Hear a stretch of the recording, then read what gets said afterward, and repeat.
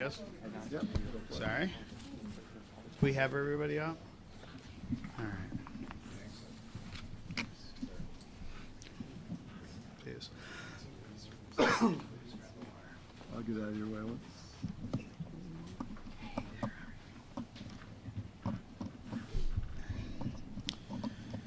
Good morning.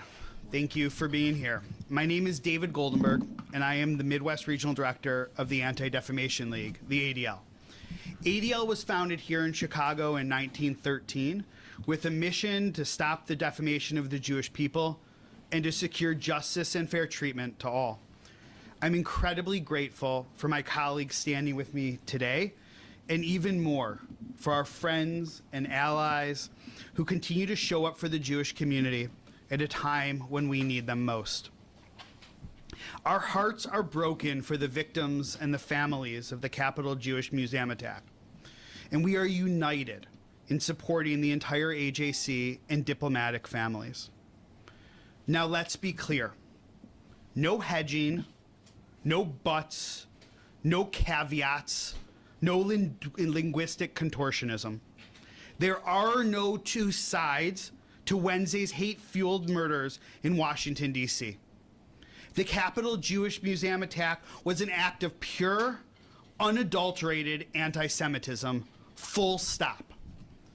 The deadly shooting of Sarah and Yaron is the latest example of how anti-Semitic hate, fueled by extreme anti-Israel rhetoric and movements, is escalating in the real world and into real-world violence. This was not a spontaneous act. It was premeditated. It was ideologically motivated, and it was part of a disturbing trend of terrorism targeting Jewish institutions and individuals around this country. The victims were targeted for no other reason than they were attending a Jewish event at a Jewish museum in celebration of Jewish American History Month. Words have consequences. When anti-Semitic rhetoric is normalized, when it's tolerated, when it's amplified in our public discourse, it creates an environment where violence against Jews becomes more likely. When we allow lies about the Jewish state committing a genocide to run rampant, when we dismiss graffiti that says "glory to the martyrs" as youthful free speech, when we claim globalize the Intifada as a rally cry for Palestinian statehood, and when we somehow confuse being pro-Palestinian with being pro-Hamas, it has consequences. It's already led to Jewish students on campus being attacked in libraries and on the quad, as we saw at DePaul and at Northwestern, at UIC, and at the University of Chicago. It's already led to Jews walking to synagogue with their children being shot at, as we saw in West Rogers Park. And Jewish businesses, synagogues, and schools attacked and vandalized, as we saw happen just under 200 times here in Illinois in 2024 alone. Now, we have this tragic murder of two innocent young people in the prime of their lives. In fact, this was the 8th terrorist plot or attack targeting Jews, so-called Zionists, or Jewish institutions since July of 2024. Our community is sad and angry because in so many ways, this tragedy was inevitable. We cannot ignore that the threat landscape is changing. We are seeing lone actors radicalized online, often glorified by extremist groups, carry out targeted attacks against Jews and Jewish institutions. Just look at the online responses from extremist groups across the political spectrum who are celebrating the murder of Sarah and Yaron and even calling for more. Unity of Fields, formerly known as Palestine Action US, that had a strong presence here in Chicago. It's a far-left anti-Zionist, quote-unquote, direct action network that supports targeting of Zionist individuals and institutions. They commented on X, "We ain't condemning shit." The Bronx Anti-War Coalition, a radical New York-based anti-Israel group, wrote on X, "What Elias Rodriguez did is the highest expression of anti-Zionism." Remember that. When you hear the term in Chicago, anti-Zionist, I'm not anti-Semitic, I'm just anti-Zionist. This is what this group said. In a similar post on its Telegram channel, the group added, "We need more Elias Rodriguez in the world." So when those of you in the media report about that, understand in their echo chambers, this is what they're saying. And unsurprisingly, far-right extremist spaces have also responded to the shooting by celebrating the deaths of victims. Some cheered their perceived enemies fighting each other. As one white supremacist wrote, "Rejoice when your enemies kill each other." ADL and many of the groups represented here today are tracking this surge in hate and working every day to confront it head on through education, through advocacy, through partnerships with elected officials, and through agreements with law enforcement. But it's not enough, and we cannot do it on our own. First, violence targeting Jews should be condemned unequivocally and without a but, and then prosecuted to the fullest extent of the law. Second, leaders need to stop tolerating hate in the guise of activism. When anti-Semitism is normalized, tragedy follows. Now look, this is a major problem here in Chicago. And too many of our elected and civic leaders have not only been silent on the issue, but some continue to fan the flames of hate and anti-Semitism. ADL has tracked a more than 400% increase in harassment, vandalism, and violent incidents targeting Chicago's Jewish community just over the last 18 months. And it will require real leadership and accountability to douse that fire. And lastly, we need policymakers, tech platforms, and civic leaders to recognize and confront this growing domestic terror threat targeting Jewish communities. How many more times do we have to come together for a press conference to call attention to the rise in hatred towards Jews and the real-life implications of hate and intolerance? Now, in case you can't tell, I'm tired. And in case you can't tell, I'm pissed. But I'm also resolved. All of us are. We're resolved that we're going to do better because we have to do better. Because enough is enough.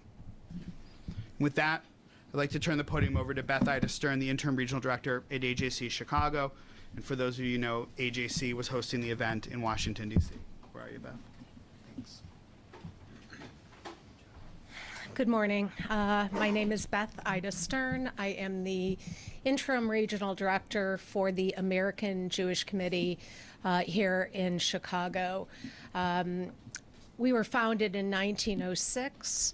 Our mission is to eradicate anti-Semitism and keep Israel safe as the Jewish homeland. Our work is around the world and entails diplomacy, interfaith, intergroup collaboration with legislators across lines to come together as humans, to coexist on this planet. I want to thank everybody who's here this morning, especially this amazing group that's behind me, because this is the embodiment of the work of the American Jewish Committee. This is what Sarah and Yaron were doing at the Young Diplomats Gathering, an annual gathering of young adults who get exposure to diplomats, actual diplomats from around the world, who learn about creating peace.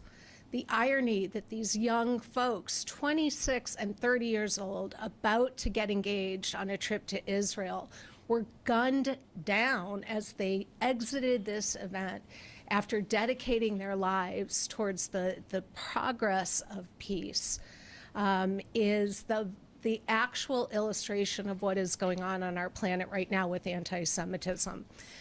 The American Jewish Committee issues a State of Anti-Semitism in America report every year, and in our report from 2024, just published, where we interviewed thousands of American Jews and non-Jews alike, 77% of American Jews stated that they do not feel safe being Jewish in this country, the United States. The only solution is for us to coalesce, for us to build understanding, overcome our differences, and realize that our similarities are what tie us together as human beings. So before I say goodbye to you all, again, I want to thank all of these amazing people. This is what it looks like to break down those barriers. We just need to scale it up. Thank you. Now I'd like to call on Alderwoman Deborah Silverstein.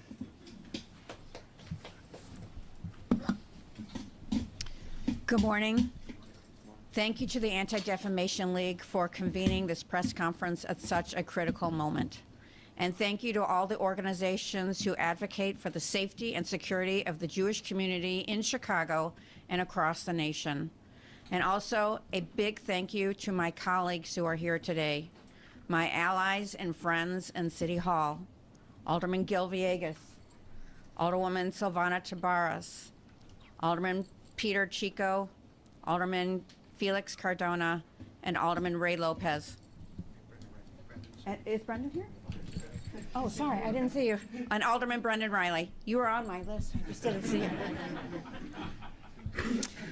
This week, our country witnessed a vile act of anti-Semitic terror outside the Capitol Jewish Museum in Washington, D.C.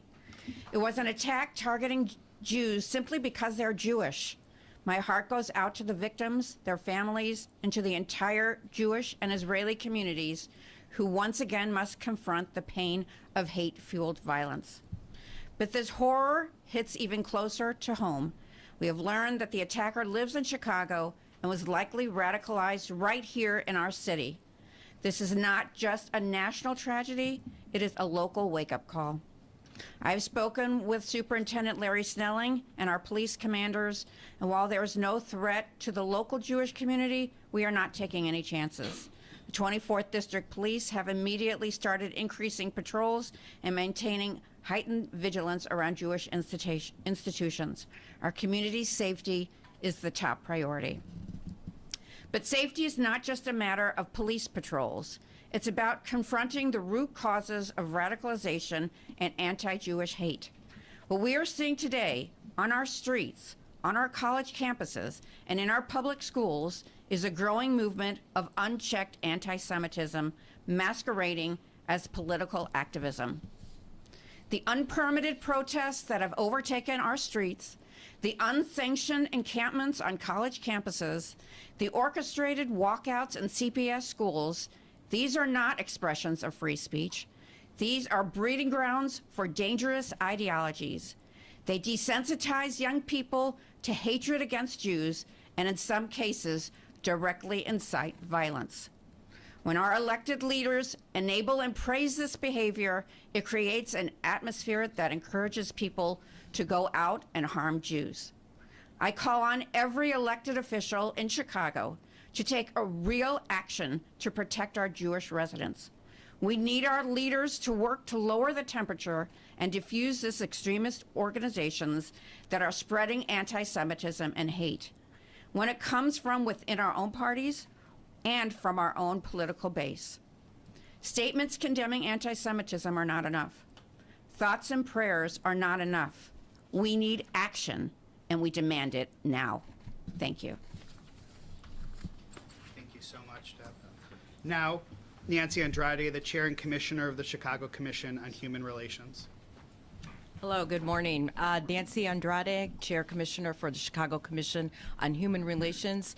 The Chicago Commission on Human Relations, also known as the CCHR, we are the city's only agency designated by ordinance to work closely with the Chicago Police Department on the civilian side to assist victims of hate crimes and also to work together with all of my colleagues here behind me from the Jewish community. We have always worked closely with the Jewish community. I have spent most of yesterday morning speaking with most of my colleagues here on the phone, offering our condolences and asking what else is it that we can do together. To reiterate Alderman Silverstein's words, we are ramping up our efforts. We are ramping up our efforts at the CCHR to work together with our Jewish leaders and to really address anti-Semitism, the root of anti-Semitism, and to really combat hate. Thank you. Thank you so much, Commissioner. Now, Dan Goldwin, the Chief Public Affairs Officer from the Jewish United Fund, the Jewish Federation of Chicago. You're next. My name is Dan Goldwin. I am the Chief Public Affairs Officer for the Jewish United Fund, Jewish Federation of Chicago, and a proud member of the Chicago Commission on Human Relations. And I want to thank all of my Jewish colleagues, and especially our non-Jewish friends and allies who are here with us today. Metropolitan Chicago is home to approximately 325,000 Jews. As Alderwoman Silverstein noted in her Jewish American Heritage Month remarks at City Hall just this past Wednesday, the first permanent Jewish settlers arrived in Chicago in 1841, growing today to become the third largest Jewish community in the United States. Jewish Chicagoans, like our Latino, Black, Middle Eastern, Asian, and other neighbors, want nothing more than a safe place to raise our families, grow our professions, and contribute to making our broader community welcoming for all. However, with anti-Semitism surging here in Chicago and around the nation, there are too many people trying to stop us from doing just those things. 2 nights ago, Yaron Lashinsky and Sarah Milgram were murdered in an act of anti-Semitic rage outside the Capitol Jewish Museum. Upon his arrest, the suspect shouted, "Free, free Palestine," a chant that is all too familiar from the streets of Chicago, usually accompanied by the call for to quote, globalize the Intifada. For those who don't know, the Intifada means uprising in Arabic. From 2000 to 2005, the last time there was an Intifada, over 1,000 Israelis and others were murdered by Palestinian terrorists. The call to direct that kind of terror against Jews living here in Chicago is not symbolic, it is not a metaphor. And as Wednesday night's shooting shows us, it is all too real. This horrific act is a stark, painful reminder of the consequence of unchecked anti-Semitism and the growing normalization of hatred directed at Jews. This cold-blooded murder is the result of unchecked calls to globalize the Intifada. Accepting the rhetoric of violence has not only been tolerated, but often condoned by some in our public spaces. We call on leadership from government, academia, and civic spaces to clearly and consistently condemn anti-Semitism, no matter where it comes from or who it targets. The urgent need for moral clarity in the face of hate is abundantly clear. I want to conclude by thanking the Chicago Police Department, who proactively reached out to the Jewish community to see how or if they can make us feel and actually be more secure. I also want to thank those elected officials and interfaith partners and civic leaders who've supported the Jewish community during this moment of pain and fear. The Jewish community is strong and it is resilient. Those who seek to sow hate and division by threatening Jews in Chicago, Washington, D.C., and beyond, they may be loud, some may be violent, but they will not be successful. Thank you. Thanks, Dan.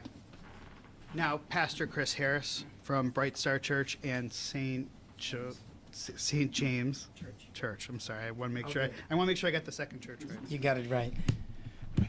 So let me say good morning to all of you all. Pastor Chris Harris of Bright Star and St. James Church on the south side of Chicago.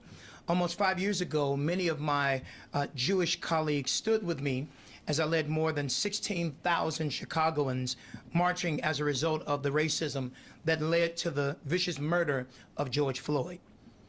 It is sad that today I have to reciprocate standing with you due to the anti-Semitism that caused the heinous and senseless murders of Sarah and Yaron.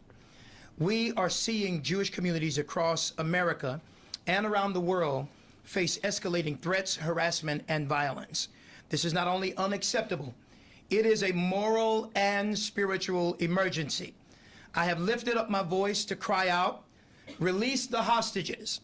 I have also unapologetically spoken out against the horror of innocent children and civilians dying in Gaza. And now, with that same voice, I grieve aloud that this young couple should be planning a wedding, not their families planning their funerals. I challenge us all to open our hearts and create safe spaces for real dialogue, for mutual understanding, especially when the issues feel beyond our reach or comprehension. Time and time again, we witness how fervent, misinformed conviction can spiral into unspeakable tragedy. This must end, whether it comes from our house or whether it comes from the White House. Violent rhetoric is wrong, and more importantly, it can be deadly. Language that dehumanizes, stereotypes, and incites is not just hateful, it is dangerous. It lays the groundwork for acts of terror just like this. When we give platforms to hate, we give power to violence. Silence is complicity, and none of us should be complicit. I reflect on the legacy that binds the African American and Jewish communities, from the civil rights movement to struggles for justice in every generation. Our peoples have stood arm in arm, marching together, fighting together, believing together in a better and more just world. That partnership must not only be remembered, it must be reignited. We must return to the work of bridge building, mutual support, and unwavering solidarity in the spirit of Dr. Martin Luther King Jr., working with Rabbi Abraham Joshua Heschel, and Booker T. Washington, partnering with Julius Rosenwald. Simply put, I will never stop saying we are better together. I ask everybody in this room, say these words: we are better together. We must all stand together against violence, anti-Semitism, and racism in all forms. To the Jewish community, you are not alone, not in your sorrow and not in your struggle. And together, we will shine the light of love, justice, and truth in these dark times. May God give us the courage to be peacemakers in a world so desperately in need of peace. I share this with a broken heart, but also with an unbroken faith. Thank you. Thank you, Pastor Harris. And now, with probably the most unfavorable spot in the lineup following Pastor Harris, Alison Kersland, the Director of Social Action and Partnerships in the Midwest of the Simon Wiesenthal Center. Definitely not the person you want to follow. The Simon Wiesenthal Center, an international Jewish human rights organization, an NGO of UNESCO, joins everybody here in mourning the victims, one Christian and one Jewish, and we demand accountability. Our hearts are with the families of the slain, the Israel Diplomatic Corps, the Jewish community of Washington, and the staff at AJC who were hosting the event and targeted in this horrific attack. But mourning without resolve is hollow. If we do not act, we are simply preparing the ground for the next atrocity. These murders are the results of months of silence, excuse-making, and moral cowardice in the face of escalating anti-Semitism.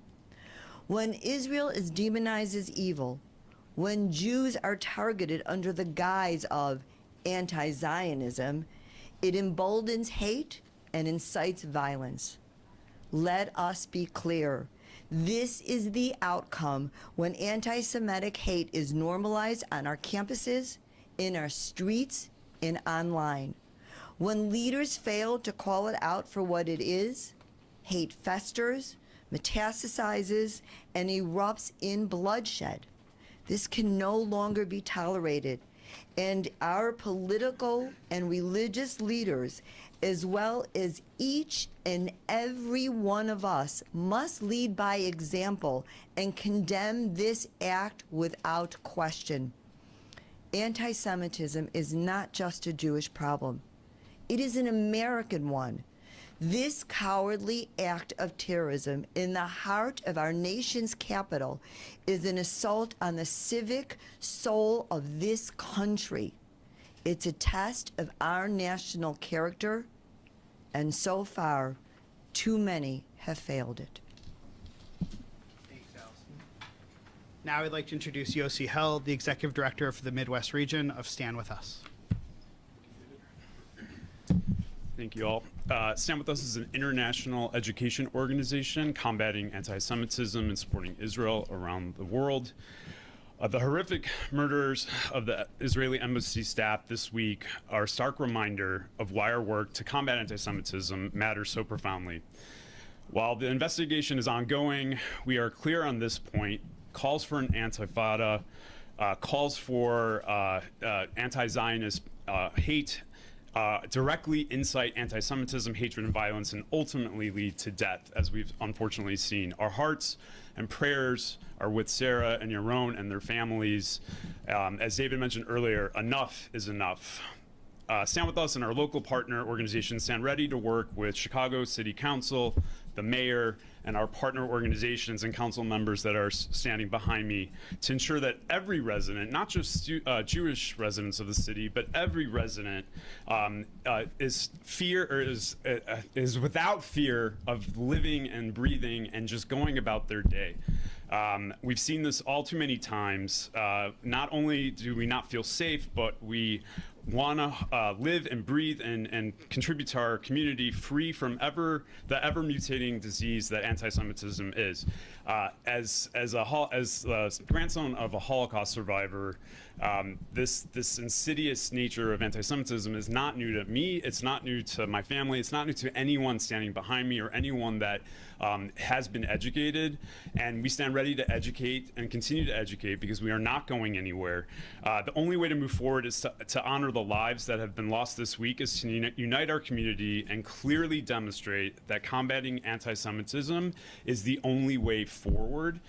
Education is the road to peace, and when people scream "Free Gaza," they should end that sentence with "Free Gaza from Hamas." Thank you so much. Thanks, Yosi. And now our final speaker that's scheduled, and then we're going to invite any other members of the City Council who would like to say anything. Assaf Grumbberg, who is the Executive Director for Illinois of the Jewish National Fund.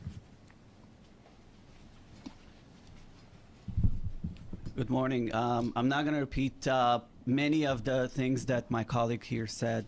I just want to end with one last note, is that this cannot continue to be our reality of the Jewish community here in Chicago and across the United States. Security has been a concern to our Jewish community for many years, more than we can recount. And yet, we feel like this has become a reality, and it cannot continue becoming a reality. Jewish National Fund USA hosts hundreds of events across the country every year. And before we even start thinking about a guest list or a food, we think about security. And we understand that this might not feel familiar to many other people, but it's all too familiar for us in Jewish community here. It cannot continue being like this. It cannot become the reality of our children. And we want to make sure that our community feels safe here. We will continue being strong. We will not cower because of these events. We will not be afraid because of these events. We will continue standing strong, and we appreciate all of our colleagues. We appreciate all of our allies here being there with us. Thank you. Thanks so much, Assaf. And now I'd like to invite any members of the City Council. Alderman. I just want to be brief. I'm Alderman Tabarez, 23rd Ward. I'm going to be very brief. This isn't about politics anymore. This is about good versus evil. And we all are in a position to do something about it. It's our moral obligation to do something. And it's up to us now. And we need to work like our lives depend on it. What happened that other night that took the lives of 2 innocent people in Washington, D.C. is telling us that we need to do something here in Chicago regarding these hate groups. And as this investigation continues, it's my hope that they dive into these hate groups that are extreme, that are radical hate groups that are bringing so much hate in our city. They have found home in this city, and we need to remove them from giving that power to them. These organizations need to be removed from their power. I just want to add that the fact that Israel has to argue to defend itself is scary. It's really scary because the propaganda and the anti-Jewish rhetoric has been festering for years in this city. The first anti-Israel march that happened after October 7th was barely 24 hours after the attacks occurred, and that continued almost weekly. And not only have we seen attacks on our Jewish community, we have also seen anti-Jewish rhetoric and chants from members, from aldermen of the city council, and from bureaucrats that are being elevated by the mayor of the city of Chicago. And those that attack our Jewish neighbors are the same people that attack our law enforcement, are the same people that want to dismantle capitalism, are the same people that undermine the pillars of society that had given so much, that have made the U.S. and Israel two of the most successful nations in the world. So I'm going to fight, we're going to fight against anti-Semitism not being normalized in Chicago. Thank you. Thank you so much. I feel bad for whoever has to follow all the remarks. That's all you got. Yeah, thank you. Alderman Gilbert Villegas, U.S. Marine Corps veteran and staunch supporter of our allies. Listen, 2 weeks ago, I happened to be in Israel. And we were very excited because that was the day we happened to be in Israel during the time when the Pope was being announced. And it just so happened that he was from the Chicagoland area. And so I had a bunch of colleagues from Texas, California, New York, Washington, D.C. We were very excited. Just yesterday, I received tons of messages from those same folks that we went to Israel with saying, what's going on in Chicago? Why is there so much hate? Listen, this has been going on for some time now. We see organizations disguised. We see political organizations, specifically in the Democratic Socialists of America, that have found a home for these homegrown terrorists.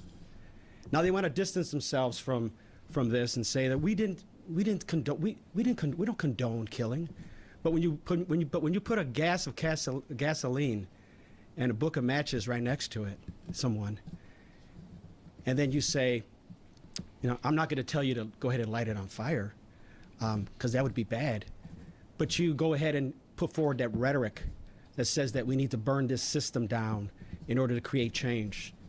That's the type of rhetoric, the type of extremism that's going on in this city. When you pass a resolution in the city of Chicago, one-sided, and not taking into account the challenges and the nuances that are going on in the region, because you want to satisfy elected officials that have an ideology that Israel should not exist, and then now want to say, I'm sorry, we support the Jewish community. No, these are the seeds that you're planting. As a Marine Corps veteran, I took an oath to defend this country against all enemies, foreign and domestic. That oath doesn't have an expiration date. Now, I may not carry my weapon. I have the pen as a legislator. I'm going to work closely with my colleagues in the City Council to put forward legislation and policies that protect the Jewish community and all Chicagoans from the extremism that has taken hold of the city of Chicago. So I stand here today with my colleagues and these organizations here to say that I support Israel. I support the right for Israel to exist. And as an ally, we're going to continue to support our allies. Thank you. Thanks so much, Alderman. Anybody else? Pastor, please. Make sure to introduce yourself. Yeah. Pastor Jim Scudder, Quinton Road Baptist Church in Lake Zurich. I was, a couple weeks ago, walking into the embassy in Israel. After security, I was greeted by a wonderful young lady. Her name was Sarah Milgram.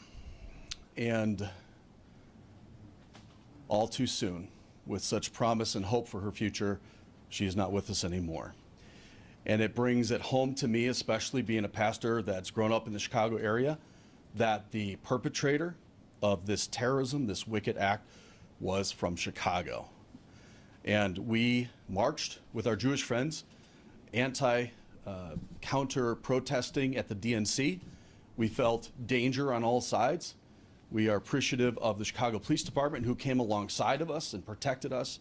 But I believe it's that rhetoric and that speech that has been allowed in the city that has led to such a tragedy.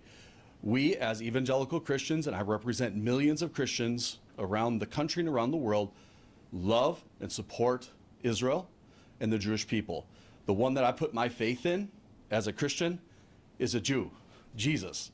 And so for that fact alone, I love and support the Jewish people, and I believe, and we all believe, Israel has a right to exist. Thank you. Anyone else? All right, well, I'm going to end with this, and then we'll open up for questions. I want you to take a moment and think about what it took for all of you in the media to get here. We didn't We just told you it was going to be in the loop.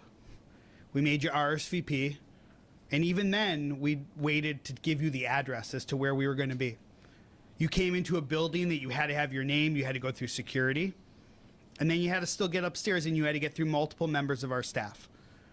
That's not just because of what happened on Wednesday. That is what we do as a Jewish community. My 3 young children will never walk into a synagogue where the door is not opened by an armed guard.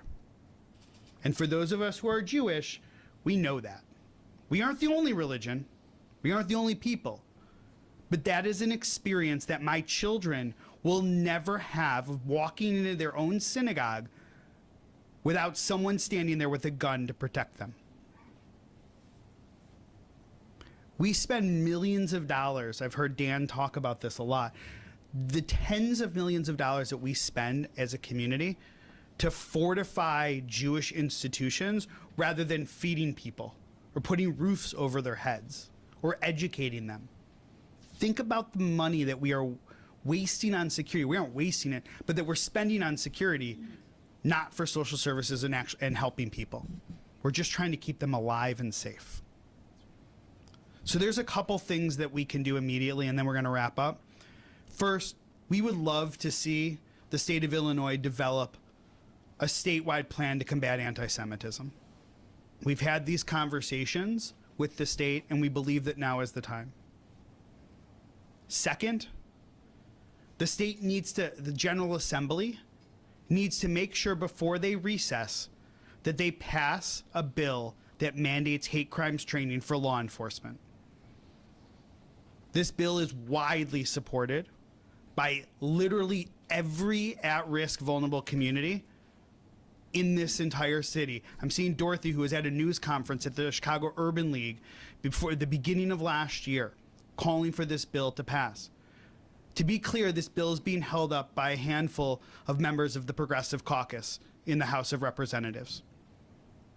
If they let it go, it would literally sail through the House, it would sail through the Senate, and the governor would sign it tomorrow. But this bill training our law enforcement on hate crimes is literally being held hostage by members of the Progressive Caucus in the General Assembly. And then lastly, don't forget what we're talking about today after your long Memorial Day weekend and move on to the next story. The response to this has to be continuous. The response of this can't just be somebody said hearts and minds and then we move on to the next issue. It just can't. And so with that, we'll stop and take any questions that you may have, and I will invite anybody to come add anything to questions as appropriate. Things you mentioned earlier was the responsibility of tech platforms doing something about this to mitigate anti-Semitic speech online, but we also know that there are tech platforms that are specifically moving away from regulating speech like that. Yeah. Can you comment on that and what you would like to see? Yeah, I would say, look, I can speak specifically from an ADL perspective. ADL Center for Technology and Society has done significant studies in the responsiveness of tech platforms, and we've actually graded them on their responsiveness of anti-Semitism, Holocaust denial, other forms of hate. You know, you have a platform like Meta that just gutted its entire fact-checking department, and they're moving away from it. And so what we need to do is we need to apply pressure in a real significant way on tech platforms that they have a responsibility, that they have a absolute responsibility to check and remove hateful speech that is insightful, not insightful with an S, but insightful with a C. Right? And so we need to do that. Congress, there's a role for federal regulators to play. And there's also a role that states can even play too. And we've seen that in places like California and others. Anybody want to add anything, by the way? I don't know who else is doing tech work. Okay. You mentioned that the suspect was radicalized in Chicago, and that there are others who are radicalized in Chicago, and you talked about how there seems to be many groups here. How do you, or what do you suggest the police or any group do, how do you get at those groups? How do you stop? Yeah. What do you suggest? Look, so there's a couple things, and then I invite anybody to add anything. Look, the lone wolf is the biggest threat and the biggest concern of law enforcement. We don't have law enforcement in the room right now, but it's their biggest concern. If you ask the FBI, if you ask Department of Homeland Security, why? Because you're essentially trying to find a needle in the very large haystack.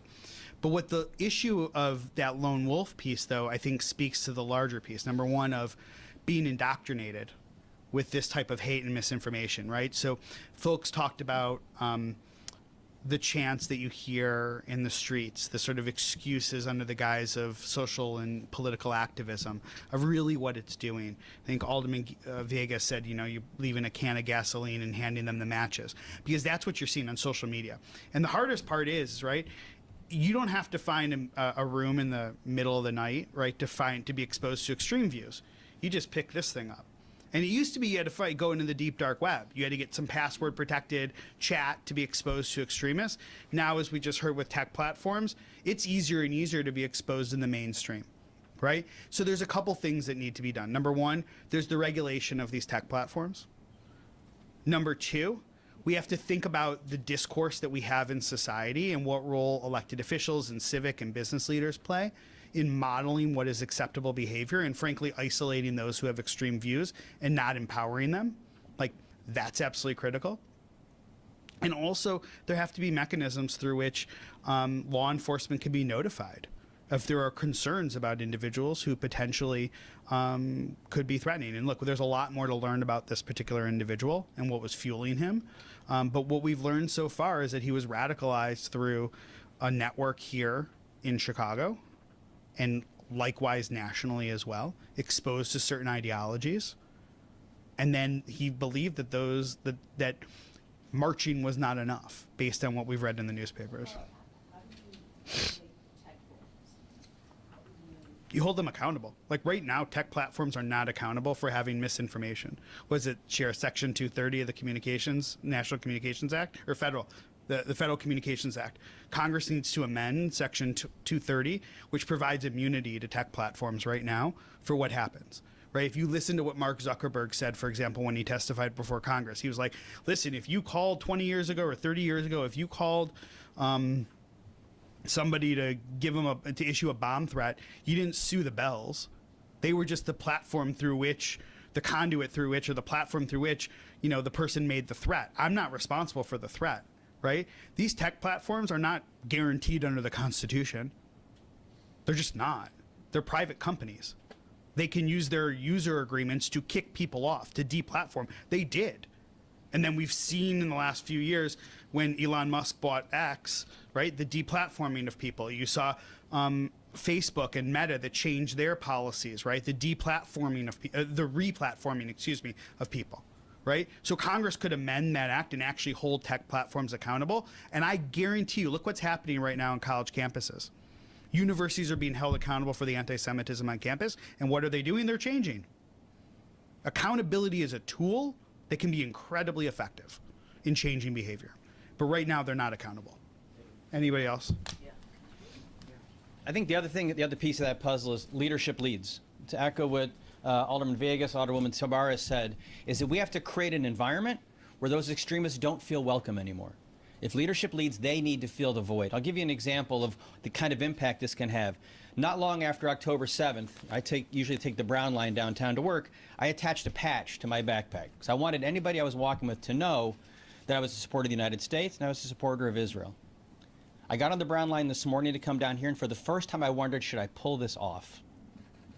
Because two people who were at a highly secure Jewish event in Washington, D.C. were murdered. I'm walking to a train. David mentioned the lone wolf. That's what scares us. But we can begin to push those ideologies aside if leadership leads. We have examples of leadership here. We need more leadership. Hi. Simon Wiesenthal Center, and like the ADL, we have a research department that does a lot of work with the platforms, as you were discussing. But I also want to say that we have to empower our students. So Illinois has a unfunded mandate. It's called Digital Media Literacy, and we did get a grant from the state of Illinois. So we are working with the Illinois State Board of Education, and we have a curriculum called Combat Hate, which is we're in the schools for free to any school who requires it, to teach students how to look at their platforms, what their social media looks like. But also we have to educate the teachers, and we have to educate the parents, because as my colleagues know, games such as Roblox, anybody here know what Roblox is? My grandchildren play it. It is a way of recruitment for white supremacist groups. And until we all know as adults in the room what's going on and educate our parents so that they can monitor their students or their children, this is going to continue. So all of us with our colleagues work together. We're all trying to tackle the same cancer at the same time, but education still is the key to all of this. Thank you. David, question for you. How do you bridge the gap locally between non-radical organizations? Because we've seen these anti-Semitic attacks in West Rogers Park on campuses here in D.C. We also saw the Palestinian boy stabbed to death in Plainfield in 2023. So how do you kind of bridge it together between the organizations who want to protest for peace in a non-radical way? Then they should protest in a non-radical way. Like, it's, I think I would say this. I think your premise is off just a little bit, because here's the thing. It suggests that, like, you can't do it and that you have no control over it. The answer is you do, right? ADL tracked well over 5,000 what we would consider to be anti-Israel protests in 2024. When you look at our annual audit of anti-Semitic incidents, only 2,500 or so of them were included in the audit, which means half of them we didn't deem to be anti-Semitic in nature at all. Saying free Palestine in and of itself is not anti-Semitic. I said it in my remarks, right? Like, just because you're pro-Palestinian doesn't make you pro-Hamas. I mean, like, I was doing work in the West Bank when I was a student at Hebrew University in the late 1990s, right? So, like, the way you do it is you just don't do it, right? If you're a leader of a group like U.S. Palestinian Community Network or CARE, or AMP, or Samidun, which no longer exists. All of them have had major protests, right? The way you do it is when chants begin, you as the leader, you lead. You shut it down. You make it clear to people coming to the protest. You don't bring a sign that says, globalize the Intifada. Like, we're not going to have a sign that celebrates and calls for violence against Jews. We're not going to have something that says, glorify glory to the martyrs. We're just not going to do that. We're going to fight for Palestinian statehood, or whatever it might be. You just don't do it. And here in Chicago, the other thing that we can do, which I didn't say, and I will make it clear that this is me speaking for ADL, like, if you're the mayor, you stop appointing and elevating people who have a history of being hostile to members of to the Jewish community. And when you find out that they have that history, you get rid of them. Think about Pastor Johnson. The anti-Semitism isn't what doomed him. It was the 9/11 conspiracies. The anti-Semitism was known for multiple days, and the mayor continued to allow him to have the job of being the head of the CPS board. It wasn't until it came out that he was a 9/11 conspiracy theorist and said it was a, quote, inside job, that he lost his gig and was forced to step down. He's tried to elevate, right? He took one of the most active aldermen who's out there at rallies with burning American flags, with calling for, chanting, leading the chants, right? And who was part of a training program at a union where Death to America was taught to participants in Farsi, and he was one of the guest speakers. I'm talking about Alderman Cicho Lopez. And what happened? We tried to elevate him to what? The zoning committee, I think, right? Arguably one of the most powerful positions in the city of Chicago. Just don't do that. That's how you say, if you hold those views, you don't have a seat at the table. But as long as he and others continue to do that, as long as he and others say it's okay And I'm going to permit and I'm going to allow protests to occur, even though we know it's breaking the law because you're supposed to have a permit. Or we know that Jewish students on college campuses are being harassed in these encampments, and I'm not going to authorize CPD. In fact, I'm going to prohibit CPD from going in there to remove the encampments to support the universities. Like, that's how you tolerate it.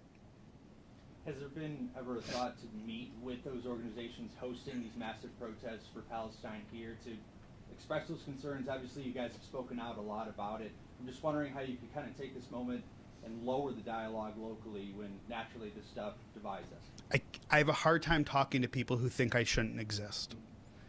Not because of Israel, but because I shouldn't exist as, you know, I shouldn't.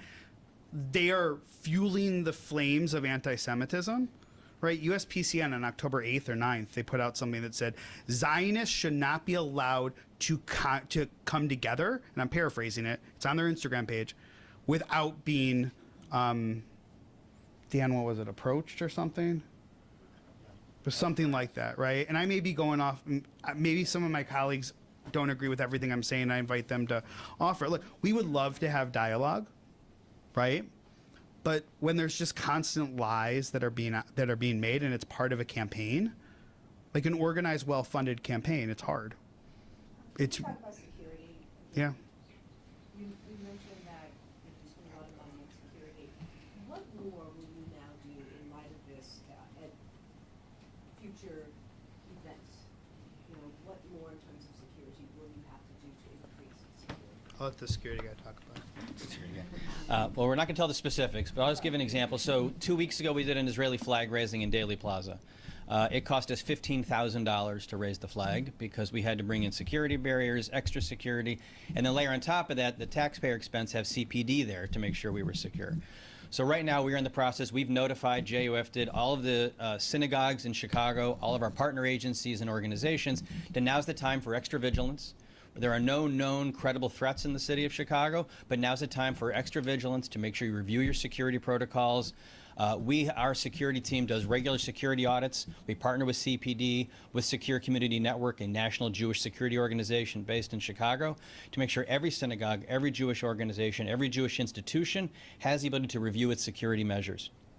And then we have a nonprofit security grant. So right now in the state of Illinois, there's actually an open funding mechanism for $20 million for this fiscal year to get a nonprofit security grant. There's a federal program which was locked up and has now been reopened. And right now we're waiting for the state legislature to reauthorize hopefully another $20 million for next fiscal year. But it goes back to David's point, somewhere between $5 to $10 million every year just in Chicago, or metropolitan Chicago, is spent on security. That's $5 to $10 million not feeding, clothing, housing, educating, or caring for people. It is going just to security.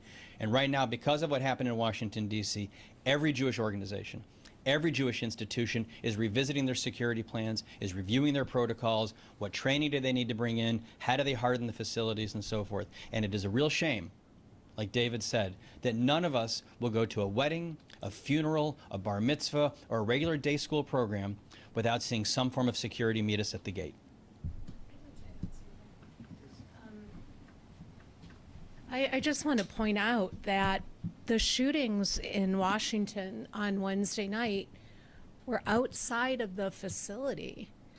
Like all Jewish organizations, we had security on site. This happened in the street. What kind of security are we expected to hire? I know the first time that I ever visited Israel decades ago, I was so struck by the number of IDF soldiers that were accompanying groups of kids with weapons on their backs. What kind of society is that where you have to protect kids with guns because they're going on a field trip? This problem goes so much deeper than the protection of facilities. And then we're going to wrap. Okay. And it shouldn't be lost on anyone here that the Jewish community here in the States represents not not even 2% of the US population, but is subject to nearly 70% of religiously motivated hate crimes. And unfortunately, we're living and breathing that again this week. Every Jewish American who wears a yarmulke or is walking to and from synagogue is going to have to look over their shoulder again. So when you talk about what are you doing for security, there is the practical and the physical changes, but there is an emotional toll that every single Jew in the US is now feeling very, very acutely, and that's not going to go away. Some of us have been experiencing that our whole lives. The next generation is now feeling it in a way that like some of us haven't actually experienced, and it's really unfortunate, and no one should feel unsafe walking to and from school, walking to and from synagogue, their church, their mosque. This is a problem that needs to be addressed, and like it's been said over and over again, we call on our elected officials to do more. Now is the time. Every single one of us stands ready to help educate, bridge the divide between the communities. And yeah, we're sick and tired of having to, belabor the point that we have a right to exist, but we're tenacious, we're not gonna stop. So we welcome any dialogue, but just acknowledge the fact that we're here, the state of Israel is here and is not going anywhere, just like the Jewish community in the US is not going anywhere. So thank you. Yeah, let's do the last one, and then I just recognize some of you may have deadlines at 11. No problem. Well, actually, this is probably not going to make hearing, but in the Black community, we have what's called the talk. I think you probably all have heard of the talk that you have, especially with the Black kids. Yeah. What's that talk look like? Can I talk about that? Because I just Yeah. had the talk. Yeah, I was gonna say I just had it with my daughter. I just had with my daughter who went to. Hi, Jane Charney with Jewish United Fund. My son turned 13 on Wednesday, and he's about to have a bar mitzvah, and he started to wear a kipah. So we are not observant. As you can see, I'm wearing pants. I don't live in West Rogers Park. I live in Lincoln Park. And my son, when he travels to his Jewish youth group, when he goes to school, he started to wear a kippah. And I've had this conversation with him. Hey, when you're on the bus, do you want to put a cap on? Do you want to put a hat on top of your kippah? And that's the talk, right? That is the conversation. Do we look over our shoulders? Do we wear our Jewish and stars or other any kind of pins and other things that identify us? Our Orthodox community members cannot hide the way that I can pass, for example, right? But I think for all of us, we're having these conversations with increasingly younger children to make them aware that this is our reality. Thanks so much. With that, I want to thank everyone for coming. I want to thank all of you who stood up here for almost an hour. With that, we will break. And of course, feel free to take snacks on the way out the door so that we don't have to eat them.